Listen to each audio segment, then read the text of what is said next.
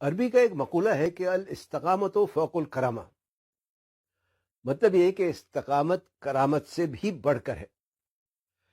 اگر ترقی و کامیابی کی کوئی کنجی ہے یا کی ہے تو وہ ہے استقامت۔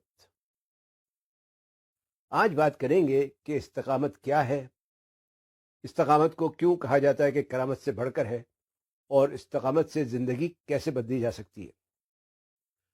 استقامت کیا ہے؟ بہت سے لوگ استقامت اور استقلال کو ایک ہی سمجھتے ہیں یا ایک ہی مطلب میں لیتے ہیں، جبکہ ان دونوں میں فرق ہے۔ استقلال اصل میں کسی چیز کو مستقل مزاجی سے کرنے کو کہتے ہیں۔ مثلا اگر آپ کوئی نوکری کر رہے ہیں تو آپ نہایت مستقل مزاجی سے نوکری کر رہے ہیں، یعنی استقلال سے نوکری کر رہے ہیں۔ اگر آپ کوئی کھیل کھیل رہے ہیں تو نہایت مستقل مزاجی سے کھیل کھیل رہے ہیں یا استقلال سے کھیل رہے ہیں۔ استقلال استقامت کا ایک اہم جز تو ہو سکتا ہے، لیکن یہ استقامت نہیں۔ تو پھر استقامت کیا ہے؟